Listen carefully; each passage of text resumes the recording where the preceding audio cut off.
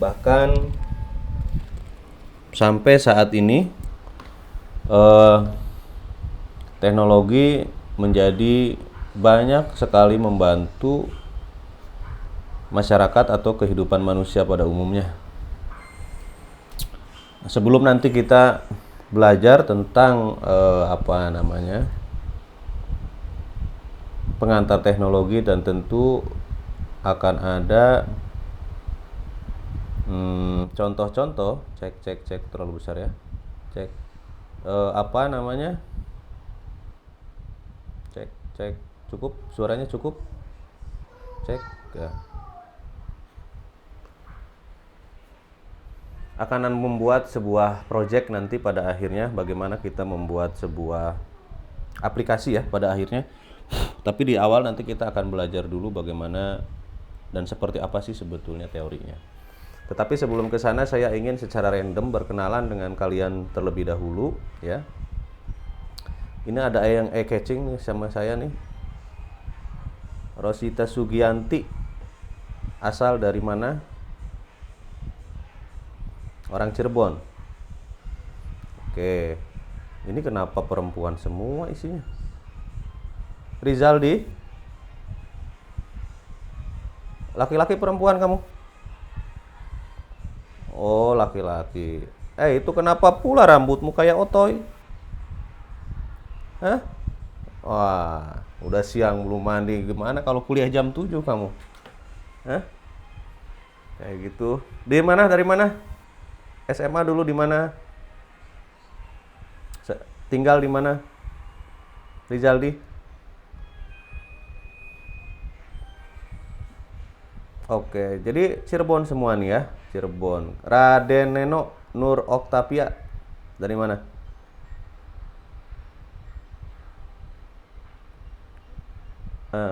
Cirebon juga. Oh, ini kayaknya community Cirebon nih. Albert. Dari mana Albert? Di Bogor itu banyak kampus bagus, ngapain ke Cirebon? Oh gitu, lahir di Bogor. Buset, lahir di Riau, terus di Bogornya ngapain? Oh, pegawai negeri kah?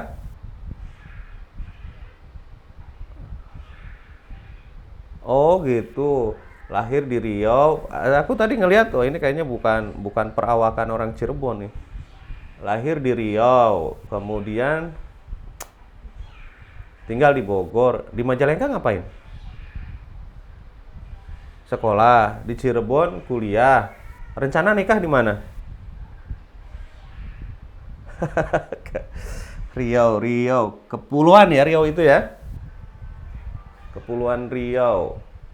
Ya ya ya ya. Saya belum sempat ke sana sih karena belum ada proyekan di sana. Nantilah satu saat.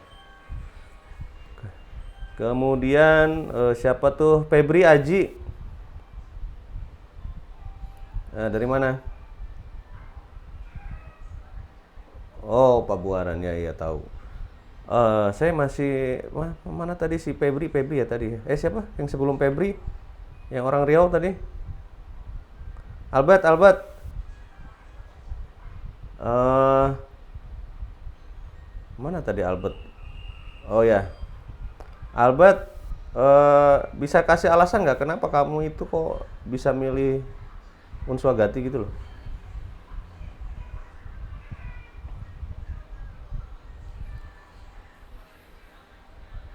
Oh gitu. Tapi bye-bye aja kan lo, walaupun jauh dari orang tua. Baik gitu ya. Ini sekarang kuliah dengan sesuai jadwal atau lebih lama sesuai jadwal? Kuliah ini sekarang, berarti baru lulus kemarin. Oh, 1 tahun ya, kelihatan mukamu tuh lebih senior gitu kan? Kayak gitu. Eh, Kemudian sopo ya? Ini cuma satu page ya. Oh, ada 3 nih. Coba kita lihat. Ini gimana? Amelia. Amelia asli mana? Cirebon. Cirebonnya mana? Oh, Kasepuhan. Ya, ya, ya, ya. Udah aman belum itu kerusuhannya? Oh, nantilah gantinya Raja Yono Maulana ke sana gitu. Gak usah pada ribut, ya. Suci Nuraini, Suci, Suci. Orang mana kamu? Kuningan mana?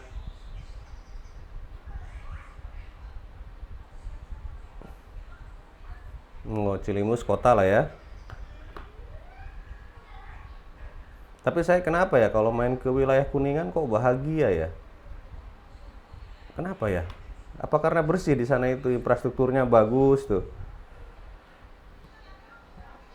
Adem ya lah ya, adem ya.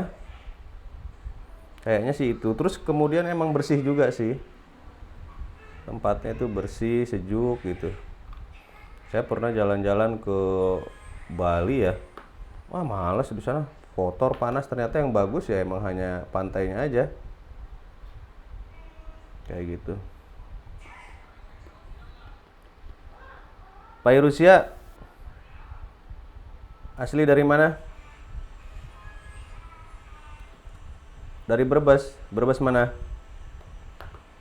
Banjarharjo. Banjarharjo perbatasan ya. Nah, saya orang sana juga itu. Kayak gitu. Jauh-jauh pula sekolah ke Cirebon. Tapi emang di sana nggak ada kampus bagus sih. Nggak ada kampus bagus kan di sana? Nggak ada, ya udah jujur aja. Banyak kebun bawang di sana. Kemudian siapa lagi? Andrian Rizky.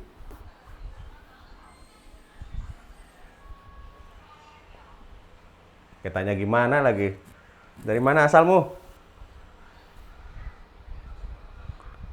Ah, ini lagi. Ngapain jauh-jauh ke sini?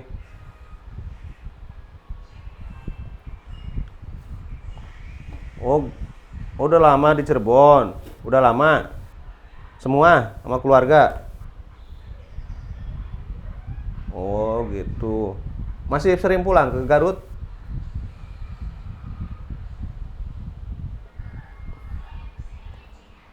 Oh, gitu. Ya, ya, ya, ya, ya. Ya emang corona bikin susah lah ya. Udah divaksin semua tapi kan? Udah ya. Elsa Rahmawati. Dari mana Elsa? Kuningan. Oh, masih banyak teman-teman lah ya dari Kuningan.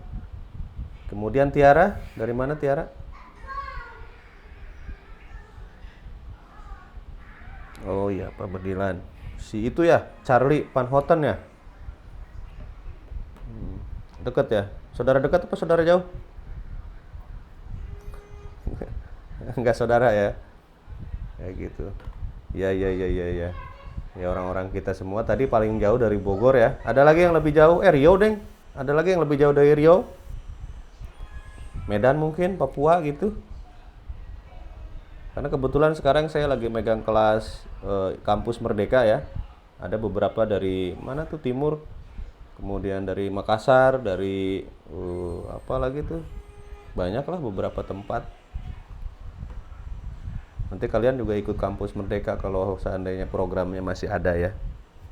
Kalau seandainya programnya masih ada, seru kok bisa kenalan sama apa namanya, kampus-kampus lain. Oke, ntar ini saya sembari kuli nih ya. Ada lagi Yunita. Yunita dari mana? Cirebon mana? Kanggeraksan. Kanggeraksan ya, tempat percetakan ya. Kamu pengusaha percetakan tah? Nah, itu bagus tuh. Dia udah jadi pengusaha percetakan. Kalian besok ke dia tuh, ya. Akan sangat dibutuhkan. Jihan,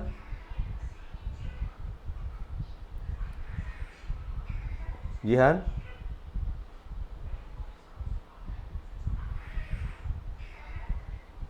Dari mana Jihan? Oh, Kuningan. Oke, berarti ini dari Kuningan, Cirebon. Majalengkanya kok sedikit sih? Siapa yang dari Majalengka? Siapa aja? Mana? Yang tadi belum ditanya, yang belum saya tanya, yang dari Majalengka berapa orang? Mahesa ya? Majalengka kota apa Majalengka yang nggak ada sinyal? Oh, kota lah ya, Jatiwangi ya. Udah banyak industri di sana kan? Iya, dulu saya pernah jadi solution di sana untuk salah satu perusahaan besar juga itu. Tapi sudah lama karena di awal-awal berdiri mereka. Sering bolak-balik dulu ke sana. Imei Lias, nama kamu Imei Lias. Oh gitu, orang mana? Hmm. Oh, orang Cirebon. Kamu kayak selebritis itu loh, kayak Instagram apa namanya tuh, selebgram ya? Kayak selebgram siapa kira-kira? Iya. Eh, coba menurut teman-teman mirip siapa? Pernah tahu Tias Mirasih? Saya sepintas kok kayak ngeliat itu ya. Oh ya udah, kalau nggak tahu nggak apa-apa. Yang penting kan saya yang tahu, ya. Kayak gitu. Oke. Eh, itu tadi terima kasih secara random saja. Nanti kita akan bertatap muka lah untuk panjang kali lebarnya. Eh, perkenalkan ya, saya juga di sini Yono Maulana. Ya, banyak apa namanya di antara dosen-dosen lainnya lah sebagai salah satu dosen di UGJ. Tetapi saya dosen memang dulu sih rajin di kampus karena masuk struktural gitu loh. Tapi saya memilih lepas hanya jadi dosen biasa aja karena saya memang praktisi. Dan pada masa pandemi malah itu jarang sekali di Cirebon ya, karena saat ini juga saya sedang di Jakarta, di rumah Jakarta. Jadi ngajar itu sih awalnya sebetulnya hanya bagian daripada belajar. Karena dulu saya sempat menjadi konsultan sih sampai saat ini sih. Karena bagi saya kalau konsultan itu adalah kan dukunnya perusahaan ya.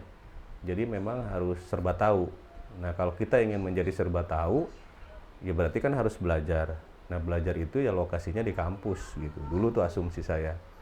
Nah, sehingga sejarahnya dulu kenapa saya ada di Cirebon pada saat saya menjadi konsultan di Brebes, di kampungnya si siapa tadi itu. Nah, itu ada salah satu rumah sakit menggunakan jasa saya selama 3 tahun di sana.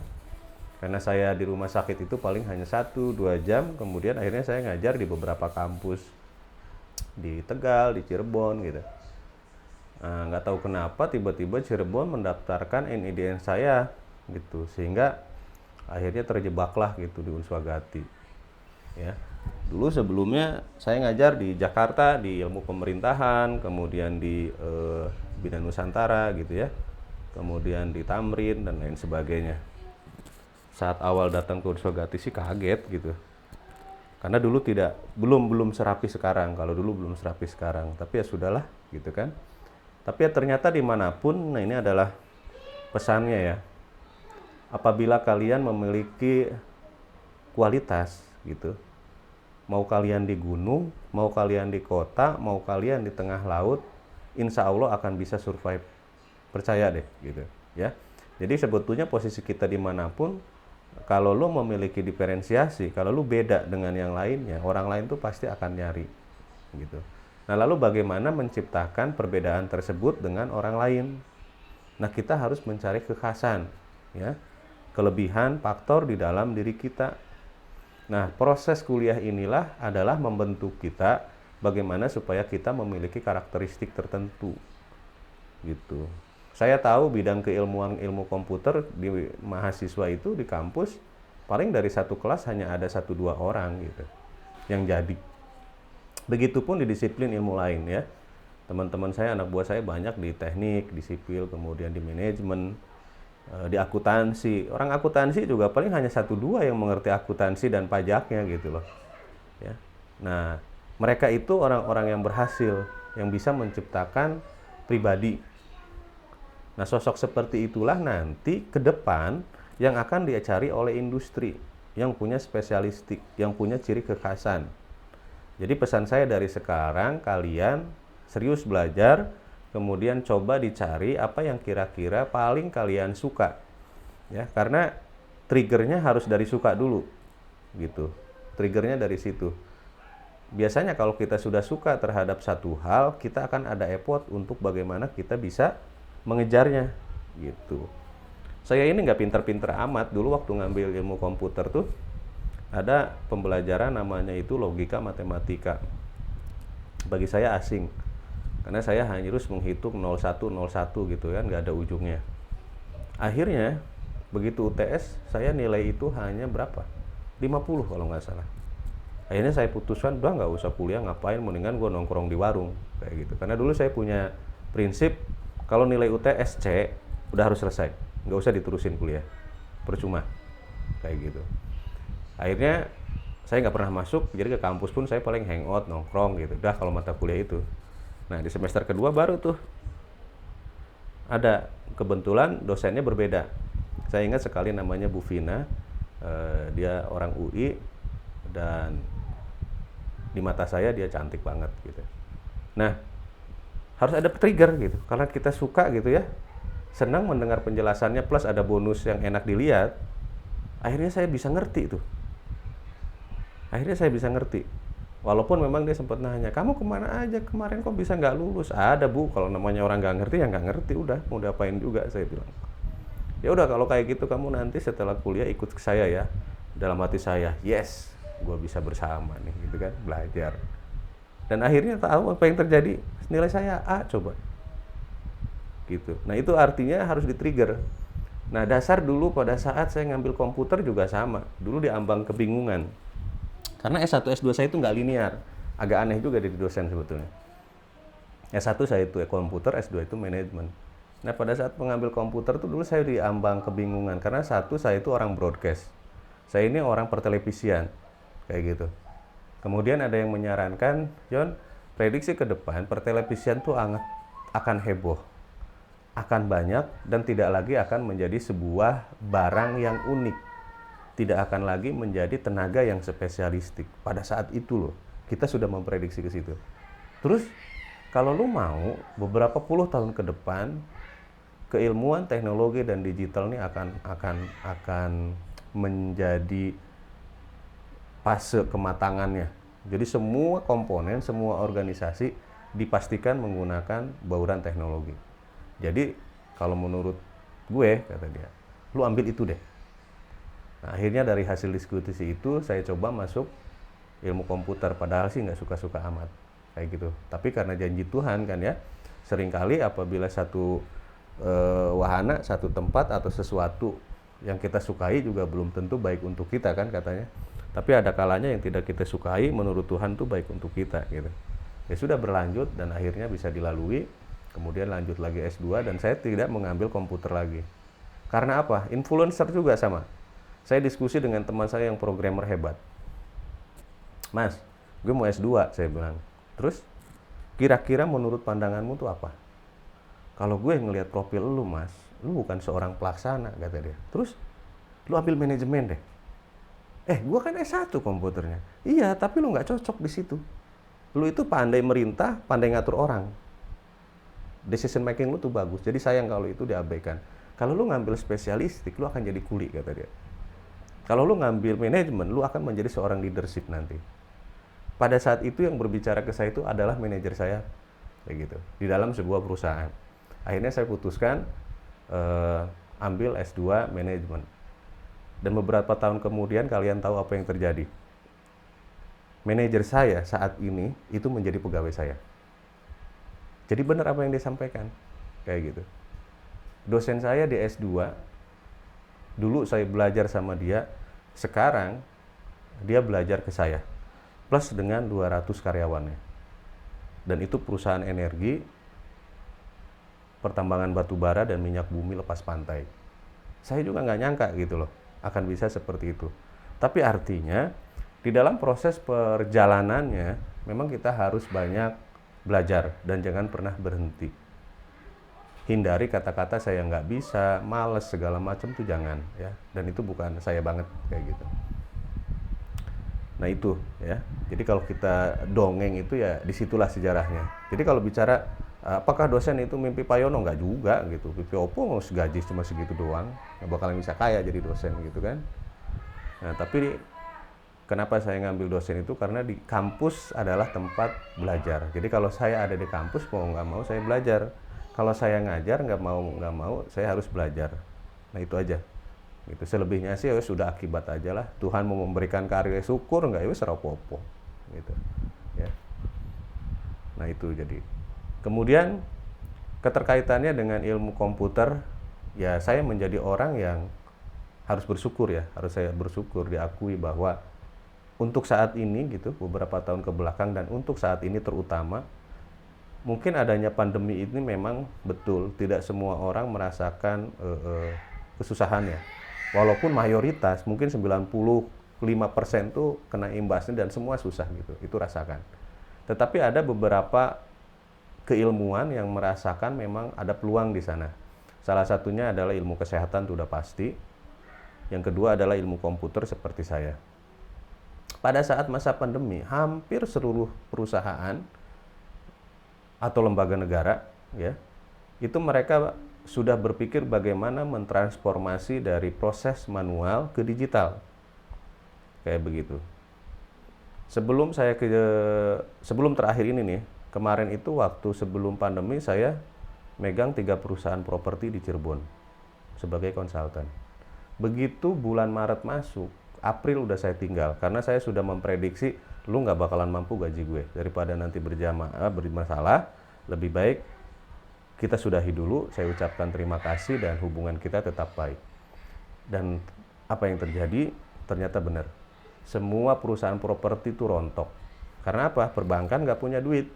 Pemerintah semua fokusnya kepada COVID kan. Bahkan harus berhutang ke luar negeri. Nah di sana saya berpikir kemana nih? Nah beruntungnya saya adalah orang yang tidak linear ilmunya. Jadi ilmu komputer saya ada, manajemen ada, gitu, multimedia ada. Akhirnya saya coba penetrasi lagi ke jaringan saya di pemerintahan. Saya berpikir pada saat itu di depan tim saya, anak-anak saya itu saya bilang, ini kita tahun 2020, 2021 sudah harus megang proyek nasional loh, saya bilang. Tapi kondisinya nggak memungkinkan, Pak, ini sedang pandemi. Saya bilang ke mereka, lu tahu nggak ini adalah peluang untuk kita? Saya yakin sebegini banyak lembaga negara pasti mereka membutuhkan perubahan yang sangat cepat. Permasalahannya apakah kita mampu mengakomodir itu semua? Dan ternyata benar, mungkin Tuhan memudahkan doa. Saya dapat telepon dari Mabes dan akhirnya kami dikasih tangan untuk membuat sebuah sistem hanya dalam 2 minggu. Kapolri yang baru, Pak Listio itu, untuk pengaduan masyarakat dan harus bisa diimplementasikan dalam waktu 14 hari. Harus di launching. Dan alhamdulillah semua terrealisasi dan sampai detik ini masih terus digunakan. Kami bersyukur sih kalau dari sisi itu, gitu. Kami masih bisa survive. Selesai dari sana, telepon lagi dari pimpinan BNN. Yon, lo bisa ke kantor? Bisa, komandan, saya bilang, jenderal. Karena biasanya pimpinan di BNN itu para jenderal juga, bintang 2, bintang 3. Diskusi, pusing Yon, anggaran dipotong sama negara, habis-habisan. Terus gimana? Anak-anak audit harusnya ke lapangan, sekarang nggak bisa. Semua harus menggunakan paperless, harus dilakukan di kantor. Lu punya ide? Ya tinggal bangun sistem, saya bilang, jauh lebih murah. Mampu mengerjakan? Ya mampu. Yang penting wani piro, saya bilang kan gitu. Akhirnya alhamdulillah terjadi, selesai, dan sekarang sudah implementasi di 34 provinsi berarti. Nah, artinya tidak seluruh situasi kondisi yang sulit ini, kalau kita mampu mencari peluang, berpikir dan berinovasi, harusnya sih kita bisa survive juga gitu loh. Walaupun memang tidak semua orang juga bisa ya, karena tergantung daripada profesi masing-masing. Tetapi pembelajarannya adalah dengan kondisi yang sesulit apapun gitu ya, kalian yang masih memiliki jiwa muda, jangan pernah mengeluh. Cari deh peluang di dalam kesulitan tersebut gitu ya. Apalagi kalau hanya sekedar baca status WA pacar gitu udah baper, nah, itu udah mental kalah banget gitu ya. Jangan. Nah, jadi gambaran kilasannya itu, kalau kita berbicara teknologi, wah saya banyak lah, karena saya adalah pengembang. Teman-teman kan kemarin sudah saya share URL saya, kemudian perusahaan juga, silahkan pelajari di sana. Saya hampir di seluruh Polda mengerjakan proyek IT di BNN, DPR. Jadi ya artinya kalau bicara IT sih sudahlah gitu kan. Kita ngobrol santai saja. Dan nanti akan lebih ke implementasi ya. Jadi tidak hanya kita akan berbicara teori dasar. Walaupun memang sebetulnya penting karena kita itu S1 gitu. Ya. Nah, di dalam perkenalan pertama kali ini kita akan ngebahas sebetulnya sebelum jauh kemana-mana itu kita akan berbicara mengenai pengantar teknologi informasi. Bahasanya kan umum ya. Pernah dengar semua toh? Pernah dengar? Pernah ya? Albert. Karena kamu gondrong jadi saya panggil duluan. Albert, menurutmu Bet, definisi teknologi itu apa sih?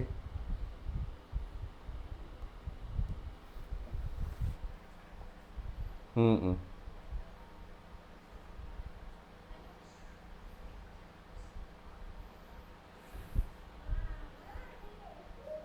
buat hmm. Oh gitu. Boleh lah gitu kan. Imei, apa Mei menurut kamu?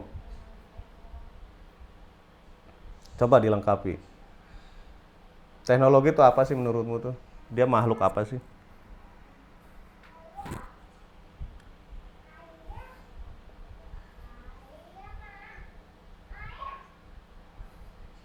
Mempermudah komunikasi dan informasi. Coba dilengkapi Rosita Sugianti.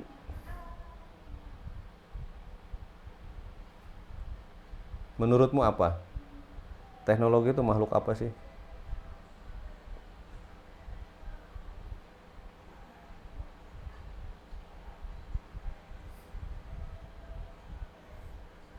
Ayolah, pakai iPhone sudah berapa? X18 ya? Masa teknologinya nggak tahu? Ya kan? Beli dong handphone ini teknologi terbaru nih. Kan sering gitu toh kalian? Kalau ada yang balikin gimana? Teknologi itu open dong gitu. Mau jawab apa coba? Hmm? Dari hal yang paling dasar dulu. Kita pahami definisinya. Yes. Boleh silahkan dibantu Anissa.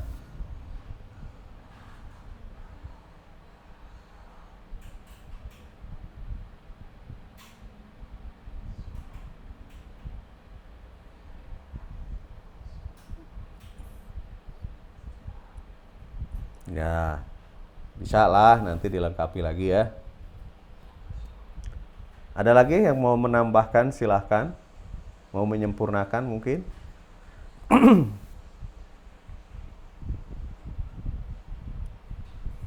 Rizky Maulana. Itu kamu di belakangnya logo apa, Ji?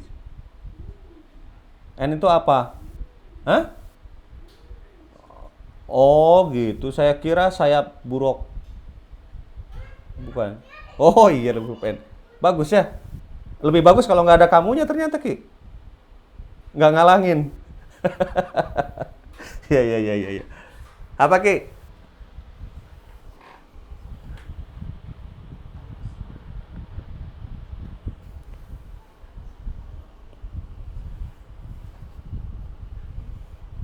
Gitu ya. Boleh lah. Bisa masuk ya. Nah, tetapi kita baru nih masuk sekarang. Ya, menurut teori gitu ya. Menurut teori nih, kalau teori kan harus terdefinisi, harus rapi gitu ya. Dan sebagainya. Mana itunya? Sebentar. Oh, ini. Menghilang rupanya.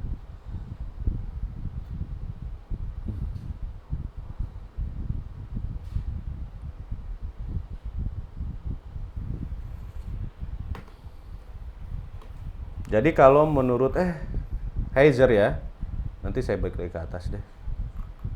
Jadi ini seperangkat ya, seperangkat alat tapi bukan seperangkat alat sholat dibayar tunai. Ini adalah seperangkat alat yang membantu bekerja dan mengolah informasi yang bertugas terkait dengan masalah pemrosesan informasi. Ada beberapa teori besar semacam kayak Hegg, kayak Martin, kayak William. Tetapi pada prinsipnya TI itu adalah teknologi yang menggabungkan komputansi ya dan jalur komunikasi. Jadi kalau kita berbicara teknologi, informasi, dan komunikasi itu adalah 3 hal yang berbeda. Kayak begitu ya. Jadi kalau komunikasi itu sendiri tadi kan untuk berinteraksi dengan orang itu masuknya ke telekomunikasi ya, yang mampu mengirimkan data suara gitu, texting, gambar dan video kalau untuk saat ini kayak begitu. Tetapi kalau teknologinya itu adalah seperangkat alat, jadi dia itu nyaris betulnya hardware ya, seperti itu.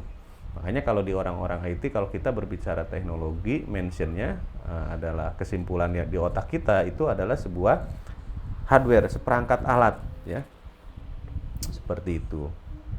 Kalau aplikasi, nah itu beda lagi. Itu makhluk halusnya, ya. Jadi nyawanya seperti itu. Nah nanti kita akan belajar karena berbicara teknologi informasi itu berbicara makhluk halus dan makhluk kasar, ya. Nanti kita akan berbicara itu mana yang masuk kategori makhluk kasar dan mana yang termasuk kategori makhluk halus. Tapi sebelum ke sana, saya lupa. Saya ingin memberikan kebijakan dan kontrak kuliah kepada kalian. Jadi tolong nanti setiap perkuliahan itu harus hadir ya, maksimal telat itu mungkin 10 menit. Ketidak masuk kalian saya masih toleransi sampai dengan 4 kali pertemuan. Lebih dari 4 kali pertemuan saya anggap tidak lulus, titik, tidak ada negosiasi. Kemudian yang kedua, apabila kalian salah satunya baik UTS maupun UAS tidak hadir, tidak ikut, maka saya anggap HER atau tidak lulus. Apapun alasannya, mau kalian sakit, mau kalian kena corona dan lain sebagainya. Jadi pastikan pada saat UTS dan UAS kalian harus sehat. Jaga betul kesehatan, jangan begadang ya. Saya agak saklek dari sisi itu ya. Kemudian tidak ada susulan. Tidak ada perbaikan nilai di UGJ, terutama di Unswagati di Fakultas Ekonomi ya. Termasuk saya sendiri, kalau seandainya teman-teman nanti nggak bagus nilainya, ya sudah kita tunggu masa depan aja. Toh perjalanan karir kalian juga kan masih jauh. Nggak apa-apa, lama-lama dikit di kampus nikmatin aja.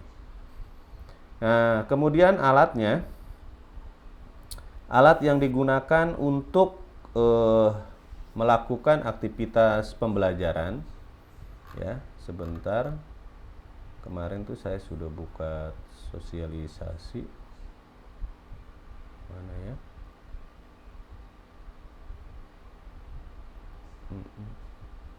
Perkenalan.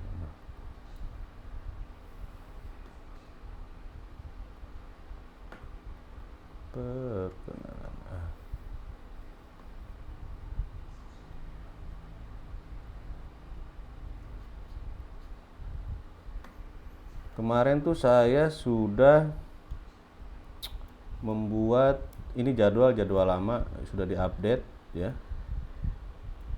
Kebijakan yang kemarin ini sudah dikirim semua kan. Nah untuk pembelajaran kita itu nanti kita akan menggunakan aplikasi Ruang Dosen ya. Ruang Dosen itu untuk apa? Untuk proses belajar mengajar kita, mulai dari absen, mulai karya kirim tugas, mulai kalian nanti melakukan UTS dan UAS. Semua kita gunakan paperless. Kenapa begitu? Ya kita bicara komputer di kelas ini ya. Jadi kalian harus melek. Kebetulan aplikasi Ruang Dosen memang itu platform saya sendiri, saya yang bangun dan alhamdulillah sudah banyak dipakai di perguruan-perguruan tinggi lainnya se-Indonesia. Termasuk perguruan-perguruan tinggi negeri juga banyak yang gunakan ya.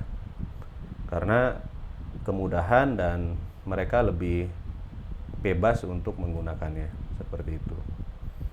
Nah, itu sih kebijakan yang nanti harus ditaati ya. Kemudian nanti kalian harus membentuk kelompok. Ini ada 40, banyak aja sampai keders ya. Kalau per kelompok ya, bikin per kelompok 5 orang, diurutkan sesuai absen ya. Ini nanti untuk persiapan setelah UTS kita akan mulai pelan-pelan membuat sebuah project. Ya. Tolong nanti di grouping berdasarkan urutan absen satu kelompok 5 orang. Nanti kita akan belajar bagaimana membuat marketplace, nanti bagaimana kita mengintegrasikan seluruh saluran channel sosial media kita, bagaimana nanti kita melakukan crowding ya supaya lapak kita atau jualan kita itu dikenal orang. Secara bertahap nanti kita akan belajar itu. Dan itu merupakan sebuah produk hasil akhir dari pembelajaran kita itu nanti di UAS. Jadi ada kemungkinan UAS itu nanti ada dua. Kalian UAS secara teori memang harus dilaksanakan. Yang keduanya adalah pengumpulan project. Ya, itu. Nah, itu sudah mata kuliah dari tahun ke tahun saya memang selalu seperti itu, tetapi berbeda-beda outputnya, produknya. Dan mungkin tahun ini yang agak sedikit beda, lebih maju lah, lebih ke sini karena sudah mulai masuk ke ranah Android. Kalau yang kemarin hanya berkutat di blogger dan website, tapi sekarang kalian akan mengkolaborate bagaimana sebetulnya membuat konten yang kemudian nanti kontennya akan bisa diakses di dalam sebuah aplikasi. Dan aplikasinya itu bisa nanti diunduh di Google Play dan lain sebagainya. Nah, itu nanti untuk sarana prasarananya semua akan saya fasilitasi. Nanti bagaimana kalian melakukan manajebilnya pada toko-toko kalian supaya nanti kalian bisa berkompetisi, toko kalian banyak dikunjungi orang. Nah, itu nanti kita praktekkan bareng-bareng. Nanti pokoknya seru lah ya. Kayak gitu. Kemudian berikutnya, ini pendek saja sebetulnya pembelajaran untuk pertemuan pertama, hanya ngebahas tentang masalah teori dasar saja ya. Mana tadi itu? Nah, ini itu tadi teori dasarnya ya, teman-teman bisa download nanti di aplikasi Ruang Dosen di modul pertama, sekarang sudah bisa di-download semua. Kemudian hasil pembelajaran kita juga nanti akan saya share ke teman-teman setelah saya upload di YouTube. Tadi harusnya langsung streaming, tetapi karena koneksi saya jelek, jadi mau nggak mau saya harus rekam dulu. Nah, tadi kita berbicara tentang teknologi ya, dan telekomunikasi. Teknologi itu biasanya kaitannya dengan masalah seperangkat alat. Paling umum adalah komputer. Komputer itu adalah sebuah alat yang melakukan pemrosesan data, yang kemudian dia membuat atau memberikan output atau keluaran. Seperti itu.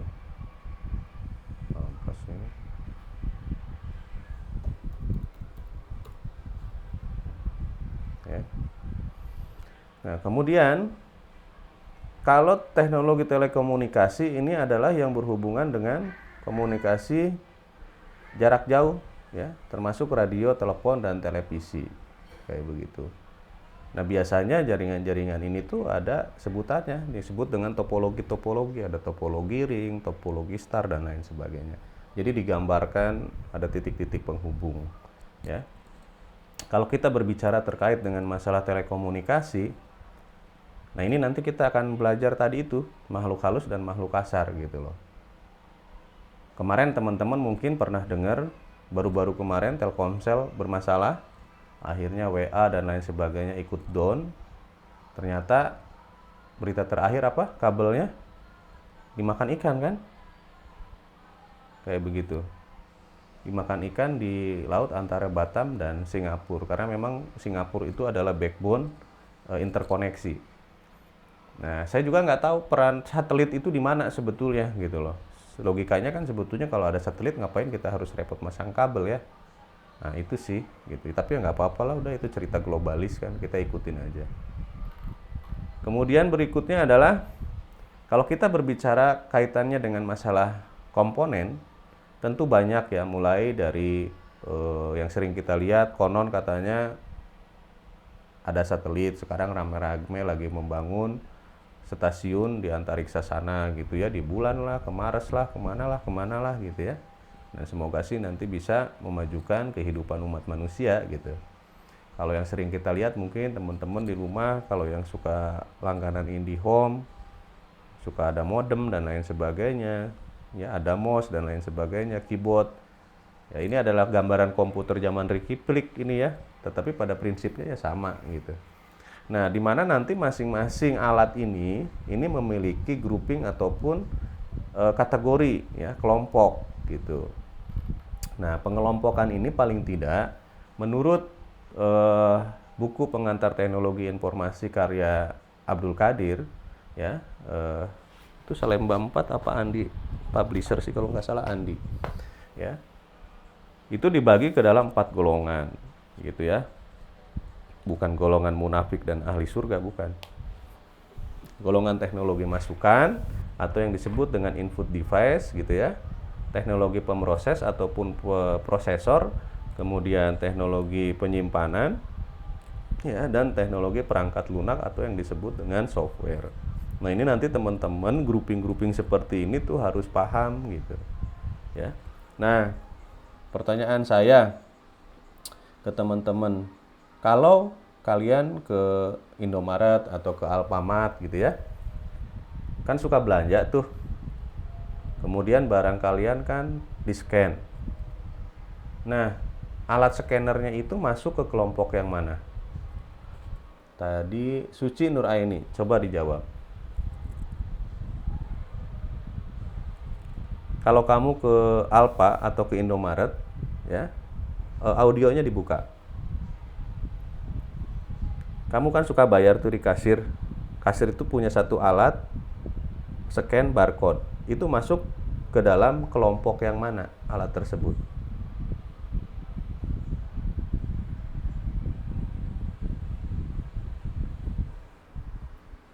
Nur Wahid Adi Saputra, coba dibantu.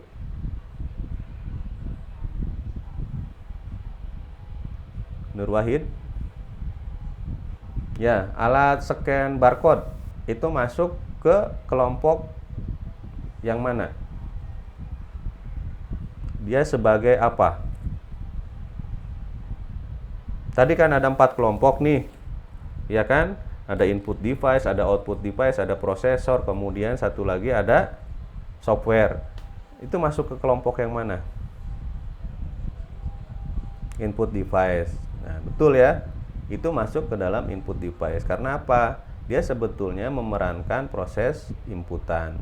Jadi dia ngebaca, setelah ngebaca, informasinya nanti dia akan kirim ke prosesor. Prosesor akan menerjemahkan, oh dia minta apa sih nih? Oh ternyata menampilkan kode produk dan harganya. Setelah diproses, maka nanti dia akan mengirimkan melalui jalur bus ya, bus namanya, bukan busway. Sehingga nanti ditujukan kemana? Oh kita tujukan ke monitor deh. Sehingga nanti di monitor ada tuh jebret angkanya. Oh produknya 123, harganya 20.000, kata si monitor. Nah, cuma kata si profesor, apakah cukup ke sana? Oh enggak, karena dia juga harus dikirim juga ke alat output lainnya. Kemana?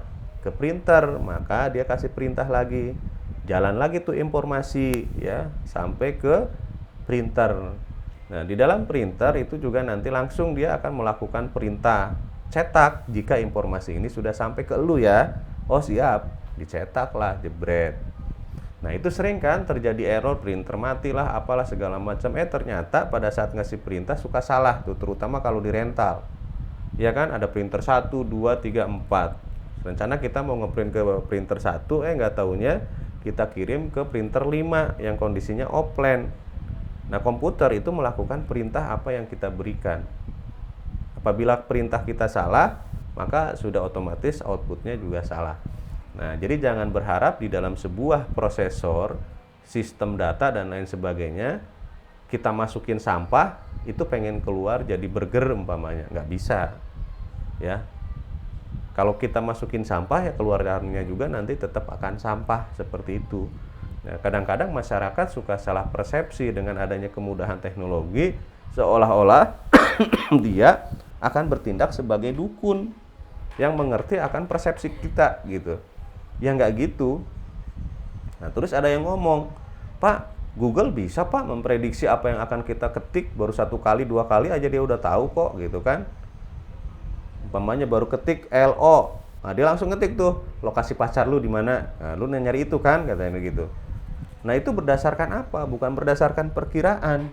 Kalau di dalam komputer tuh ada yang disebut dengan algoritma, ya. Nah, itu kalau di ilmu teknik komputer kita belajar itu. Nah, mereka itu akan merekam kebiasaan kita, historical kita, sehingga nanti dari histori itu mereka akan analisa, ya tentu dengan superkomputer yang sangat besar berkecepatan tinggi, kayak begitu ya. Nah, sehingga dapat disimpulkan, oh nih anak kalau ngetik pasti nggak bakalan jauh-jauh dari isu itu tuh, karena dia tukang gibah. Maka si Google akan langsung mengeluarkan prediksinya. Nah, lu mau lihat gosip artis terakhir kan, gitu kan. Nah, lu mau tahu kan Lesti Kejora itu umpamanya hamil duluan apa nikah siri? Nah, pasti kayak itu gitu. Ya. Jadi mereka itu sudah membuat algoritma sedemikian hebat karena perbaikan mereka itu sustainable juga, berkelanjutan. Setiap 5 hari sekali mereka melakukan updating data, sekelas Google. Ya. Nah itu, jadi sebetulnya tidak ada yang begitu saja. Semua itu berdasarkan logika. Makanya hati-hati pesan saya. Di dalam penggunaan teknologi kalian jangan sembarangan, ya. Kan suka ada istilah tuh di meme tuh, jejak digital itu memang kejam, gitu kan? Nah ini hati-hati, terutama kalian kalau dalam hubungan relationship, ya. Kalau kalian punya pacar dan lain sebagainya, saran saya jangan pernah foto bersama, ya. Karena pada saat kalian foto bersama, kemudian cinta pertama kalian putus, ini akan mengakibatkan putus-putus yang lainnya sampai 5-10 pacar yang berikutnya. Pasti nanti itu kayak gitu. Nah, begitu kalian pacaran jebret selebgram tuk di mana-mana update, lu happy gitu. Giliran dia komunikasi sama orang, terjadi curiga, berantem, putus, dihapus kan tuh. Sudah selesai, tidak ada lagi masa lalu. Di handphone lu kagak ada. Tapi di dunia samudra yang namanya internet, data itu tidak akan pernah hilang. Ketemulah kalian nih ceritanya ya, sama cewek ataupun sama cowok, pacaran nih. Dia kepo, sebetulnya pacar gue siapa sih gitu kan. Ketik tuh Rizky Maulana, fotonya. Astaga, ternyata dia begini tuh. Akhirnya besok, kamu jujur deh ke aku, berapa kali pacaran? Enggak, aku sama kamu doang kok, gini. Ini buktinya. Ya kan, 10 halaman Google foto kamu semua. Putus lagi yang kedua. Pusing kan? Nah itu hati-hati gitu loh. Itu cara sederhana yang seperti itu. Kemudian kalau kalian galau, terutama cewek-cewek nih, hati-hati jangan main update status sembarangan. Sekarang sudah ada Undang-Undang ITE. Apa sih sebetulnya yang harus di-share di media sosial? Walaupun tidak ada aturannya, media sosial itu memang tempat sampah, tapi paling tidak bisa tidak mencelakakan kalian. Saran saya itu. Jadi lebih baik kalian posting aja pura-pura bahagia, pura-pura ibadah, pura-pura soleh. Mending begitu aja nggak apa-apa. Bangun jam 3 pagi pengen pipis gitu kan, kalian tinggal duduk di atas sejadah. Oh alhamdulillah habis tahajud, habis itu sih tidur lagi nggak apa-apa. Gitu. Yang penting citra di luarnya tuh bagus. Ya. Selama ini kan kita memang begitu semua. Gitu. Tapi minimal kabar baik yang keluar dibandingkan nanti kabar negatif dari kalian. Bener kan? Kayak begitu. Begitu kalian jalan diajak dinner gitu ya sama pacar, makan malam yuk. Oke, di mana? Di nasi kucing depan kampus, ya sudah nggak apa-apa, ikutin. Nanti fotonya jangan berdua, kalian sendiri aja gitu kan, jebret ya gue lagi makan nih nasi kucing di traktir sama ayang beb gitu. Tapi cukup sendiri aja, nggak usah berdua ya. Karena itu juga nanti akan mengakibatkan reputasi salah satu pihak. Begitu nanti si siapa tadi tuh yang gondrong update status pula nelaktir nasi kucing pinggir jalan, pacaran ketemu yang kedua, lu punya modal apa? Oh, tenang aja, gue banyak gini duit gue segini. Dia cari tuh historinya, gimana lu mau ngajak gue makan di restoran mahal yang udah aja diajak makan di nasi kucing, mati, selesai, nggak bisa bohong bro ya. Nah makanya ingat, dunia digital itu kejam, hati-hati ya. Lebih baik posting hal-hal yang bersifat baik, ibadah, seolah-olah gitu ya. Walaupun memang kalian gak pernah sholat, gak apa-apa. Kubah masjid lah, dibawa. Kalau lagi lewat tuh waktu asar, kalian foto aja pintu masjid, jebret. Wah, gue mau asar nih, belum ada yang lain. Gak apa-apalah, amal orang yang baik duluan kan gitu. Padahal sih cuma lewat doang. Gitu. Kemudian, apa lagi? Ya banyak lah. Lewat ke perpustakaan, ya kan? Foto tuh labelnya ruang perpustakaan, jebret. Sorry ya guys, jangan ganggu dulu, gue lagi baca. Padahal sih lagi baca status orang, kan gitu. Boleh-boleh aja kok, ya. Hari gini kan memang harinya tempatnya bohong nih saat ini. Dan kalian ini wajah-wajah penghuni, nggak tahu nih penghuni surga apa penghuni neraka lah, gue juga nggak ngerti. Ya, tapi prinsip dari saya adalah pesannya itu. Ya, jadi hati-hati betul, kalian harus bijak. Karena saya ini adalah orang teknologi, jadi tahu persis. Dan saya saat ini memegang pengaduan seluruh Indonesia yang salurannya melalui Polri, pengaduan masyarakat. Jadi saya tahu persis keluh kesahnya masyarakat Indonesia, dan masyarakat Indonesia itu ternyata receh. Kalian percaya nggak? Angka tertinggi pengaduan sekarang ini nih, itu satu, kasus penipuan online. Yang kedua adalah pemerasan. Hati-hati nih. Kalau ada cowok yang ngubungin kalian nggak ngerti dan nggak lama segala macam, so akrab kemudian aneh-aneh, ini hati-hati karena itu memang jebakan Batman. Terstruktur. Kemudian yang ketiga adalah pinjaman online. Nah, yang keempat adalah investasi bodong. Saya ini tahu persis. Jadi kalau kalian mendapatkan informasi dari saya hal yang kayak begitu sudah valid. Gitu. Saya kalau ngebuka database tentang pengaduan masyarakat kayak baca novel, bisa nangis sendiri, bisa ketawa sendiri itu. Beneran, aneh-aneh ceritanya. Salah satu contoh ini kaitannya dengan masalah hubungan asmara ya. Dan menurut saya ternyata ada juga orang kejam kayak gini. Ceritanya pasangan muda-mudi itu, karena dia screenshot semua, dia ceritakan awal sampai akhir, termasuk WA-WA-nya dia screenshot, karena dia merasa bahwa aman lah, nggak ada yang baca gitu kan. Nggak taunya di sana ada saya gitu, lumayan lah kalau buat lagi lembur kan, ketawa-ketawa sendiri.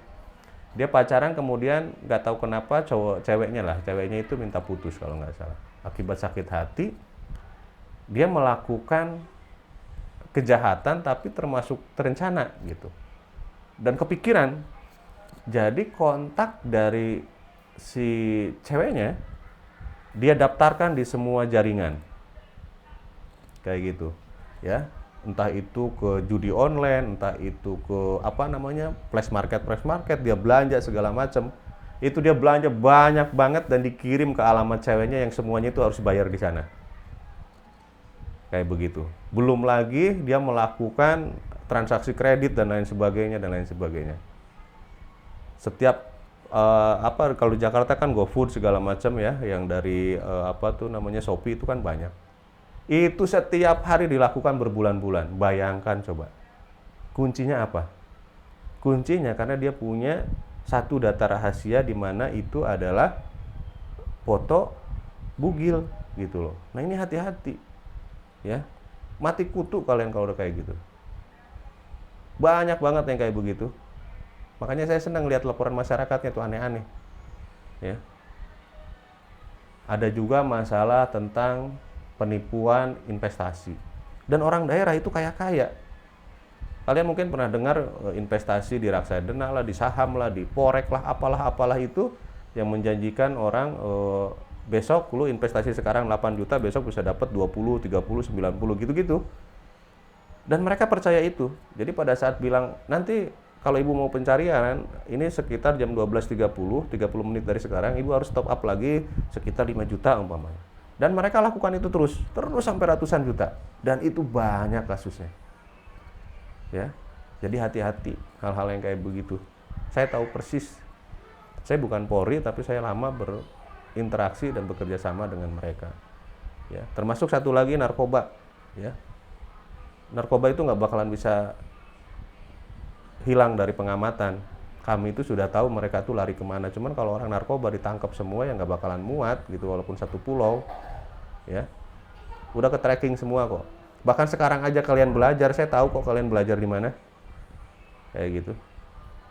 Ya.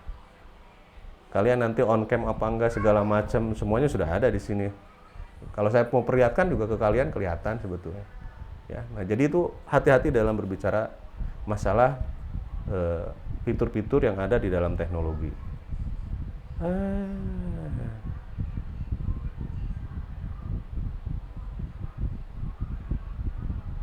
Aduh, piye iki.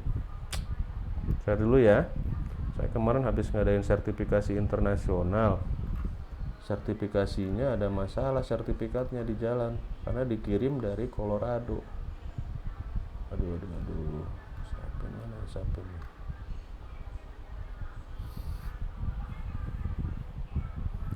Oke, kita lanjut. Mana tadi? Nah, ini sedikit aja lagi. Lalu sebetulnya ya, kalau kita berbicara pengelompokan tadi, ingat ya, ini harus dipahami nih. Oh, ternyata ada input device gitu, ada prosesor, ada apa namanya, storage, dan ada software gitu ya. Ini ada output device-nya harusnya. Kemudian komponen sistem teknologi informasi itu terdiri dari apa sih secara umum? Secara umum itu dari perangkat keras, perangkat lunak, dan orangnya. Ya, secara umum ini. Ini kayaknya udah panjang banget kita kuliah ya dongengnya ya. Nah, ini klasifikasi teknologinya ya. Nanti kalian baca sendiri di download. Kemudian peran teknologi itu di mana aja, yang seperti tadi saya bilang tidak terbatas kepada 6 hal ini. Hampir seluruh sektor usaha dunia bisnis itu sudah membutuhkan teknologi ya. Baik militer, kesehatan, pendidikan, wes apapun itulah, sampai UMKM gitu ya. Sampai orang-orang di pedesaan juga sekarang sudah membutuhkan teknologi gitu. Nah, itu sih kurang lebih pertemuan kita untuk pembelajarannya. Jadi pendek-pendek saja seperti itu. Selebihnya sih ya hanya dongeng ya. Itu sebentar. Sebentar ini saya ada yang apalagi itu anak.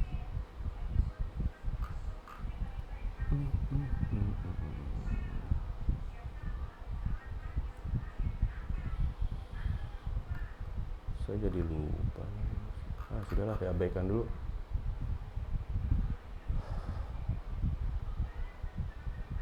Saya dulu ini harus berhubungan dengan perusahaan besar sana.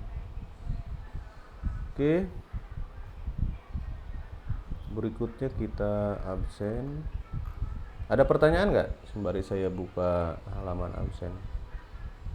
Silakan kalau ada pertanyaan.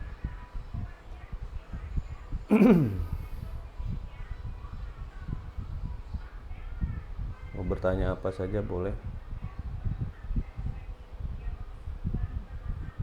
Oke.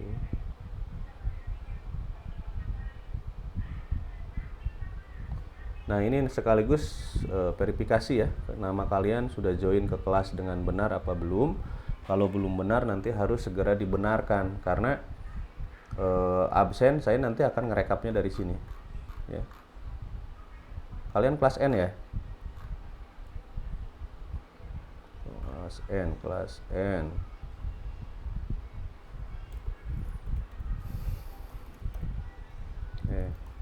Pertemuan 1. Neng Lia Agustin ada? Oke. Elsa,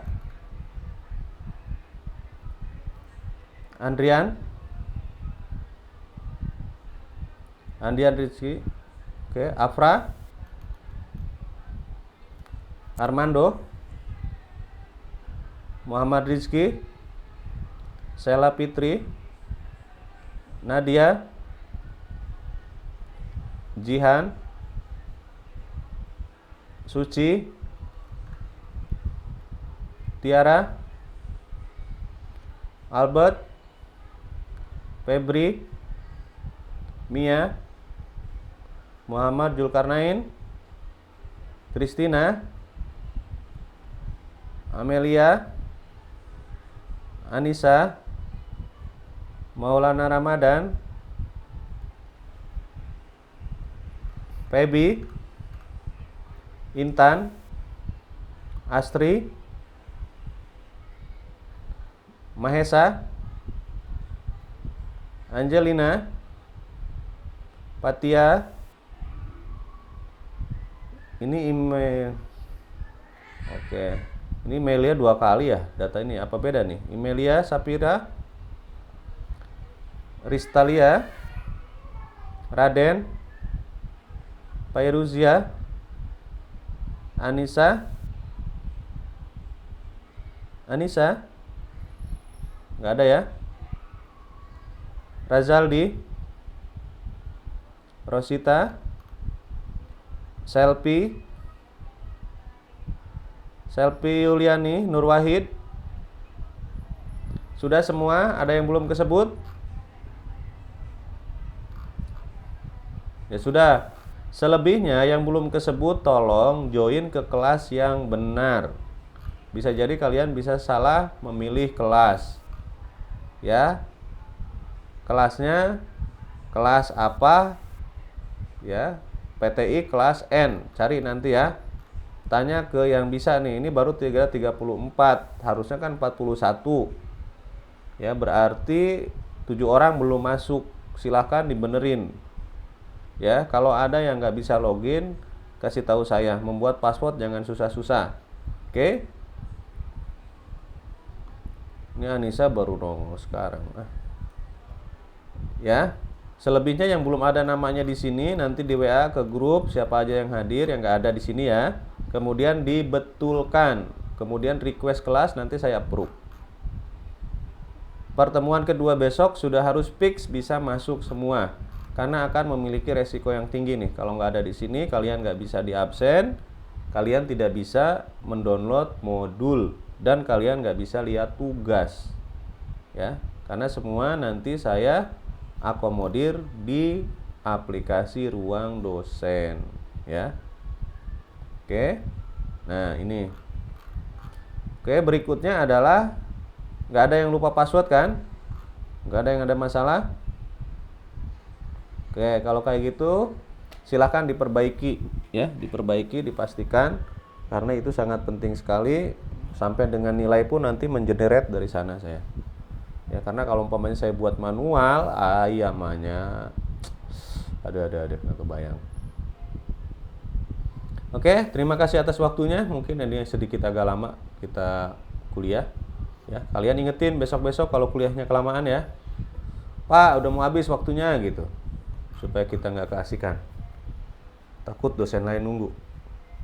Tetap patuhi protokol COVID-19, jaga kesehatan kalian ya. Ingat selalu menggunakan masker ya, menjaga jarak, kemudian mencuci tangan. Terima kasih atas waktunya. Assalamualaikum warahmatullahi wabarakatuh. Ya, sama-sama.